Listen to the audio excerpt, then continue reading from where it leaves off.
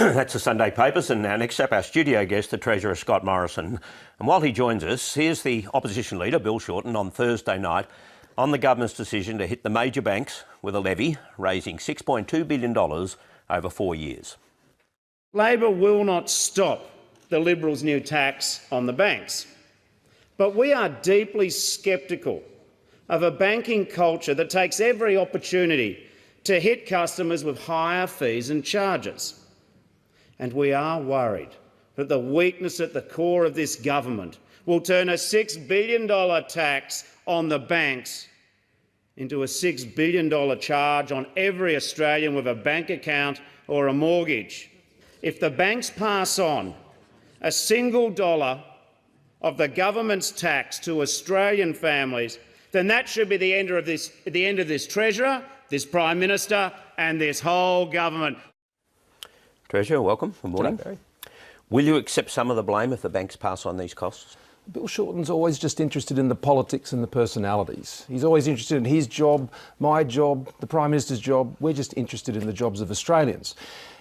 What we've done with the banks is, I think, both fair and it actually is good policy because it's consistent with banking levy regimes and taxation arrangements in other parts of the world. Let's not forget that our major banks have about a 20 to 40 basis point advantage because of the nature of the regulation and structure of our financial system. Now, mining companies pay royalties as well as their company tax. What we've done here is structured a levy which isn't on pensioners' bank accounts, which is what the Labor Party's bank tax was on. We've structured it on their liabilities, which doesn't include those deposit accounts. It doesn't include their regulatory capital in Tier 1. It doesn't include shareholders' capital. So that's a fair tax, yes, and it's a well-structured tax. But will you accept some of the blame if they pass on the costs? Each time, I mean, the next movement of the Reserve Bank, and it's completely up to them, but market commentators would forecast that their next movement would be more likely to be up than down. And when the Reserve Bank changes things, they move things by 25 basis points. I just talked about an up to 40 basis point advantage that the banks have.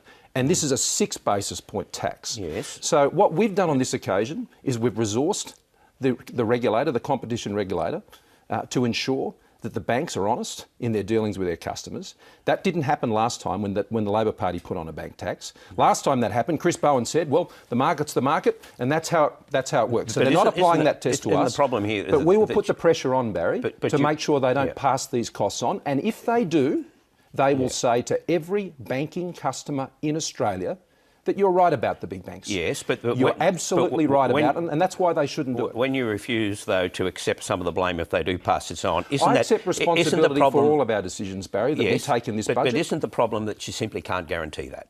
You can't guarantee that they won't pass on the costs. In the same way that banks have put up interest rates, even when there hasn't even been a move in the Reserve Bank cash rate. I mean, banks will find any way they can to charge their customers more with fees and charges. That they'll pass but what on you the can costs. do is you can ensure not just an unquestionably strong banking system, which we have done under our rules, but you can make it more competitive. And so what we've done is we've put a standing commission within the regulator to police competition within the banks.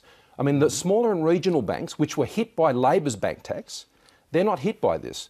Smaller banks, and the best thing at the end of the day you can do, we'll put the pressure on through the regulator, but the best thing you can do is if you're unhappy with how a bank is seeking to fleece you, and that's what they would be doing if they pass this on, go to another bank. But isn't the problem here that the banks simply can't absorb this because that's not the way business works? That's nonsense, No Barry. business will accept smaller profits. That is nonsense. They can absorb this in the same way they absorb the increase in their costs that happen every day. I mean, a bank is worth something to its shareholders when they look after their customers. That's true for any company. And if banks think that the way to build shareholder value is to fleece their customers, then I don't think that's a very sound business strategy. Even if they don't pass it on through. It's 6 points, by the way. 6 basis points. And Reserve Bank cash rates move by 25 basis points at a time. And to suggest that this is somehow the end of financial civilisation as we know it is one of the biggest overreaches in a whinge about a tax I've ever seen. If they choose not to pass it on through charges or higher interest rates, though, it will mean smaller profits, smaller dividends, and that affects anybody with a superannuation account. It affects all the shareholders. Well, again, the banks have their own decisions to make. The banks in Australia have a return on equity which is about twice, if not more than that, what you see particularly in other parts of the advanced developed economies of the world. Now, I'm all for profitable companies, and having profitable banks is much better than the alternative. We're talking about $1.5 billion out of a profit pool of almost $33 billion. I mean, the estimates by groups like S&P and others put it at around 3.4% of the total profit. So 96.6% completely untouched of $33 billion in profits. Why didn't you apply it to all of the banks? They all make profits and have a smaller levy right across the sector. For the exact point I made before, the large banks have between a 20 to 40 basis point advantage in the financial system in Australia because of the way our regulatory regime works. So you're levelling the playing field. Well, this is a pro-productivity measure, and I can tell you the regional banks are very happy about this because for once a government has actually heard what they've been saying to us, saying you've got to level the playing field up for us here. I mean, they've got good products, they've got good customers, they're very community focused. I think they're doing some really good things to ensure banking customers have more choices.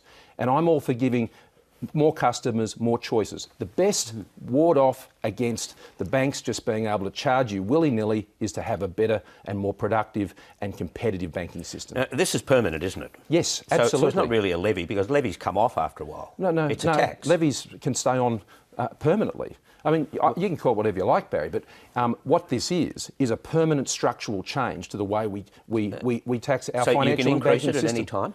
Well, we're not going to. It's at 6 points. But you point to overseas experiences. In the UK, they put it on. They've increased it 8 or 9 times. Well, we have no plans to do that whatsoever. We set it at the level we think is appropriate and we think is fair. I mean, you can put up personal income taxes. That's what Bill Shorten plans to do. He wants Australians on personal income tax. I assure you we will get to that. We'll come back on that. But I want to ask you what happens to the banks if their profits fall away?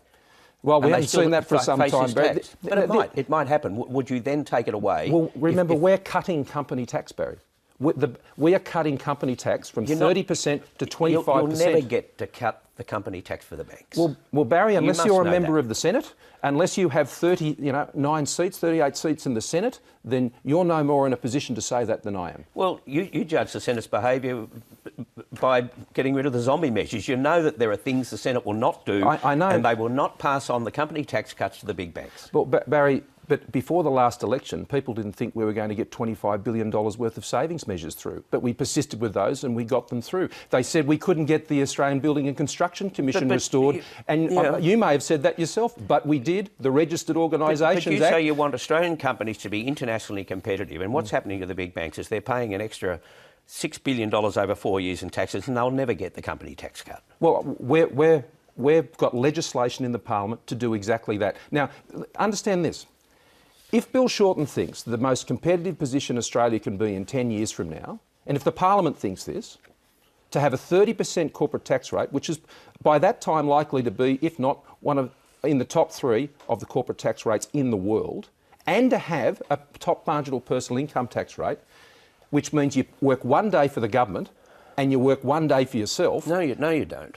I'm sorry, Barry. It doesn't work that way. Every extra dollar you earn over $180,000. Every extra dollar you earn, $1 extra, you work 1 day for the government and you work 1 day for yourself. Now, that is not a fair tax system. Paul Keating agrees with me, Barry. You used to work with Paul, Somebody on 200... I never did. That's right. Somebody on 200,000... You worked in that government, though. Somebody on $200,000 pays 31% of their salary overall in taxes.